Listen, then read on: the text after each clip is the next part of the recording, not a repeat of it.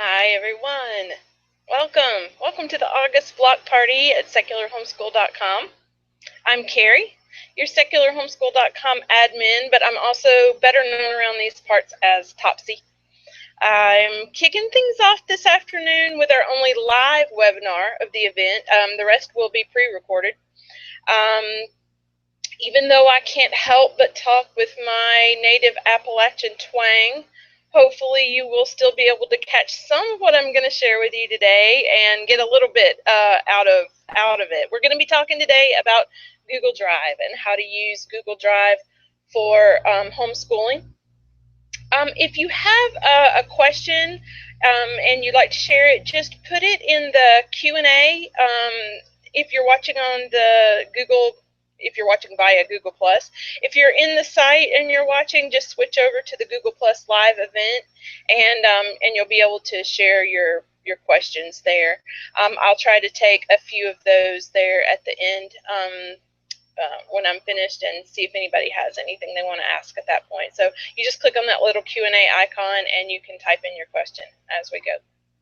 All right, so I'm going to try to keep things really brief. I'll use lots of visuals so it doesn't get to be too much Topsy, too in your face. But I'll just tell you a little bit about my experience with Google Drive. I'm what I hope is affectionately called a Google girl. I have absolutely nothing against the Apple brand. I learned how to be geeky on a Macintosh, so I swear I am not hating on Apple products. It's just that Google sort of gets me, if that makes sense. First of all, they understand I'm poor. I've yet to figure out how to become a millionaire by homeschooling, and so many of Google's products are free. So score one for Google on that. Second, Google products tie together. If you use one Google product, it usually ties in with another Google product. For instance, if I get an email in my Gmail account and it has a date and time that are written in the email somewhere, Google will actually prompt me to add that to my Google Calendar so I can set it up as a reminder for myself. So Google knows not only that I'm poor, but that I'm scattered. Score 2 for Google. Third, Chromebooks. Oh, lovely, lovely Chromebooks. They are inexpensive. They are super fast to load. They are ever so portable. I really cannot imagine homeschooling without a Chromebook, and I'm serious about that. Let me tell you about a site that you might not have heard of. This one is called Chromebooks for Homeschoolers. Hoping you'll be able to see this. And Chromebooks for Homeschoolers is specifically about using Chromebooks in your homeschool. There's a lot of articles about Chromebooks, about Google Drive, about Chrome products for homeschoolers. There's also a store in there that will even help you kind of guide you toward the right Chromebook for you, so you can pick out the best model for your homeschool. So it's just Chromebooks number 4, homeschoolers.com. Definitely check that out if you get a chance.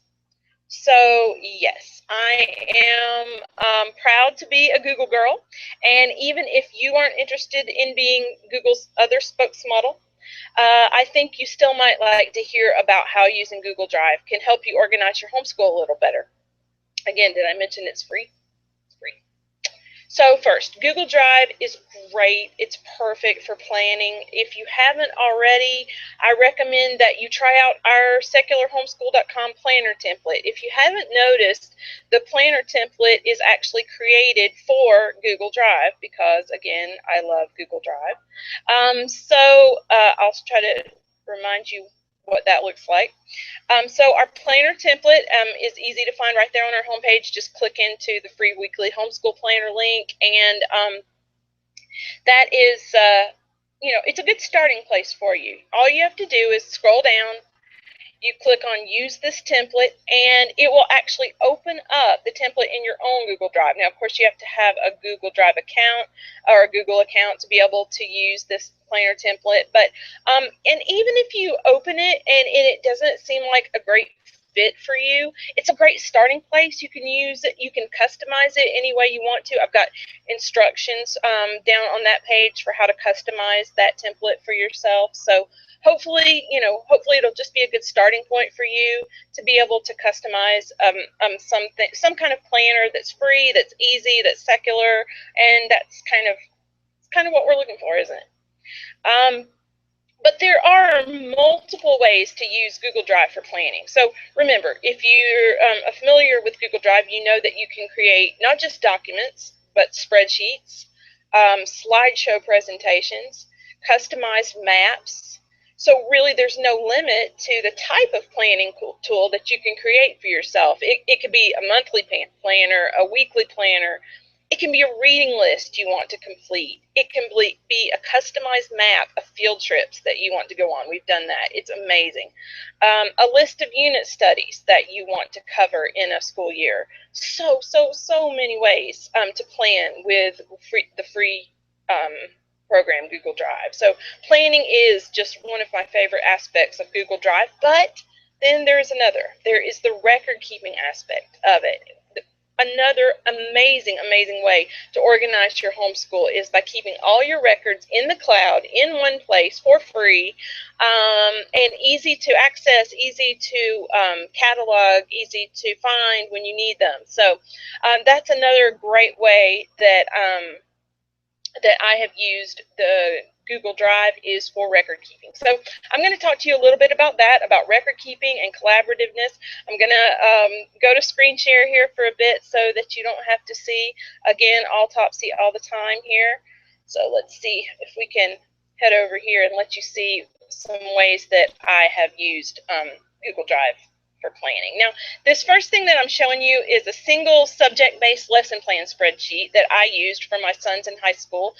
They were close enough in age and skill level that we generally studied science together. So this is a spreadsheet that we used for their physics curriculum. And while it originally served as sort of their lesson plan for the subject of physics, it also helped serve for the purpose of record keeping, because as we would complete the lessons, what I would do is, you can see here, is I would cross through them. So that's as easy as just clicking on something in a spreadsheet, using your format menu and clicking strike through, and done. It is crossed through. So after you've completed your lesson plans, when those are complete, you just come back, you can cross through it. There's another way you could do it. Of course, you could, if you like color better, you could just fill it with a specific color so that you know that that's completed, by the color that it is. So multiple ways to mark something as complete. But if you're skilled at spreadsheets, of course, you could use it to do everything from averaging your grades. You'll see I have a grades column over here. You could average those grades automatically if you know how to do formulas in spreadsheets. You could average semesters, years, whatever. There's no end to the way that you can organize with that. But, I just used it as a very simple lesson planner, and then I would mark off our lessons that we completed, and then transfer these grades over into a separate planner that I had. And speaking of which, Google Drive is amazing for high school, because I used it to complete my son's high school transcripts. And I've marked out our personal information on here, but this is an example of one of my son's transcripts.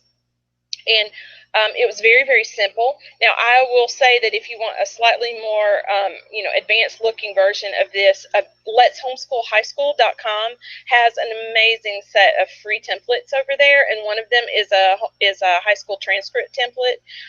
Absolutely professional looking, wonderful, sets it up for you. Wonderful. So just mention that you don't have to start from scratch. Just head over to letshomeschoolhighschool.com and check out their template for a transcript. But this one is very simple.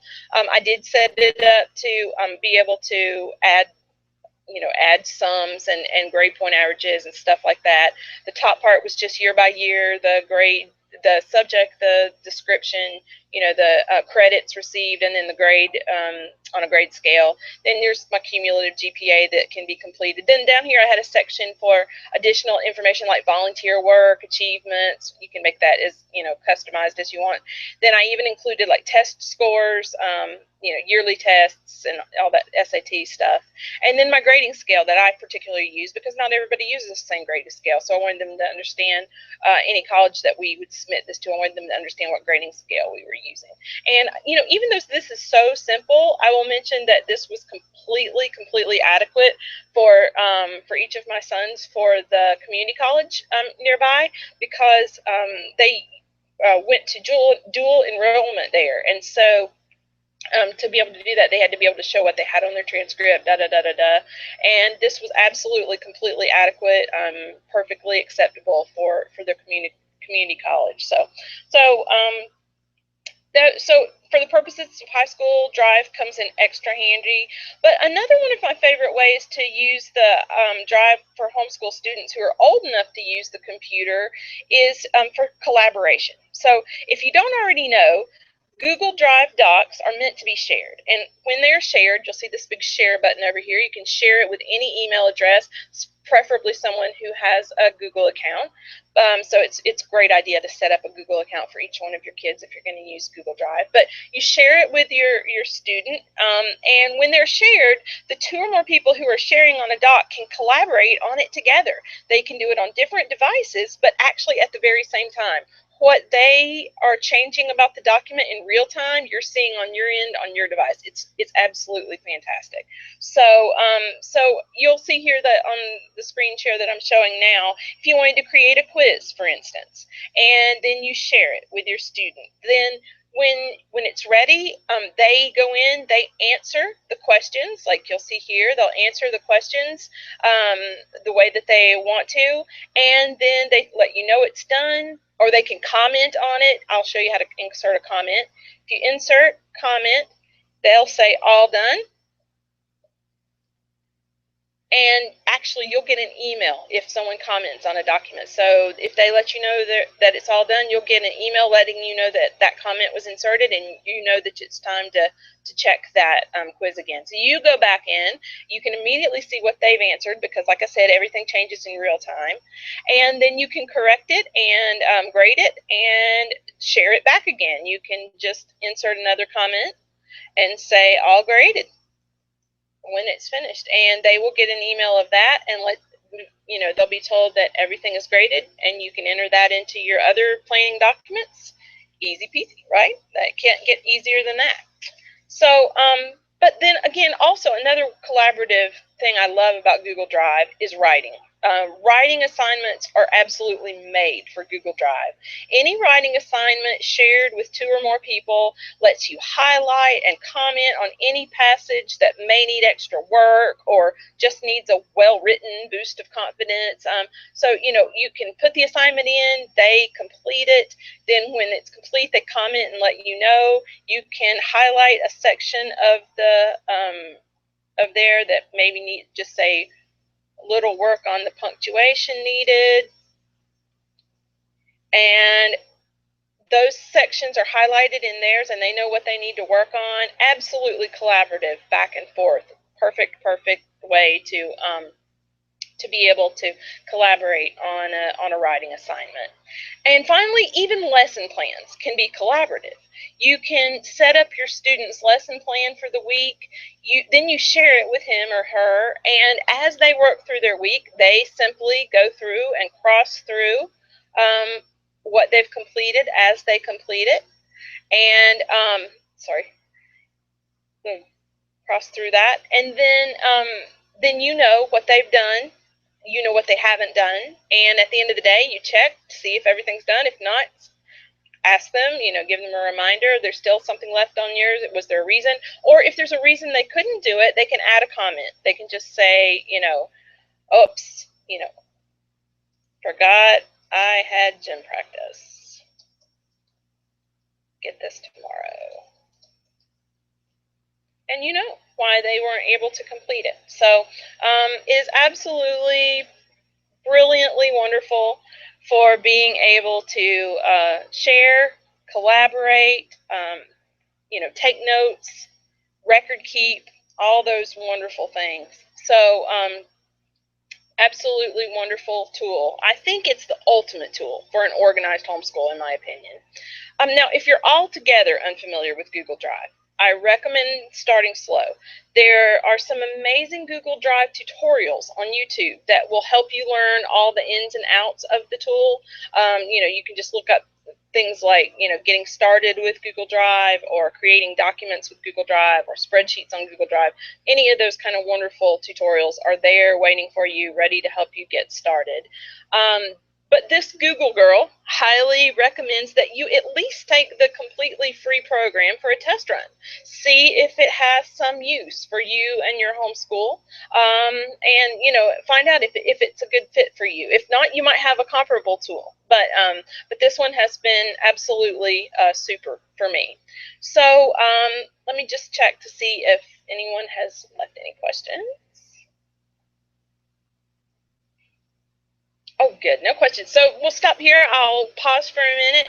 If you do have a question and you're live in the Google Plus event, just type that in using the little Q&A on your screen, and I'll try to answer that. If not, you can also use that event page to ask questions after the fact, and I'll respond on there. Of course, you can ask them in our live chat. I'm going to be in live chat off and on all afternoon, so feel free to ask questions about that in live chat as well. So I am just thrilled that you are here for our block party, and to find out a little more about organization and getting organized for the homeschool year. SecularHomeschool.com is thrilled to be able to be part of your toolbox for getting ready for the new homeschool year. And just thank you for being part of our community. We love, love, love our members, and we are so thrilled to have you hanging out with us. Anyway, I will see you over on live chat soon. I'm going to sign out here, and we'll talk to you over there. Have a great block party, everyone. Bye-bye.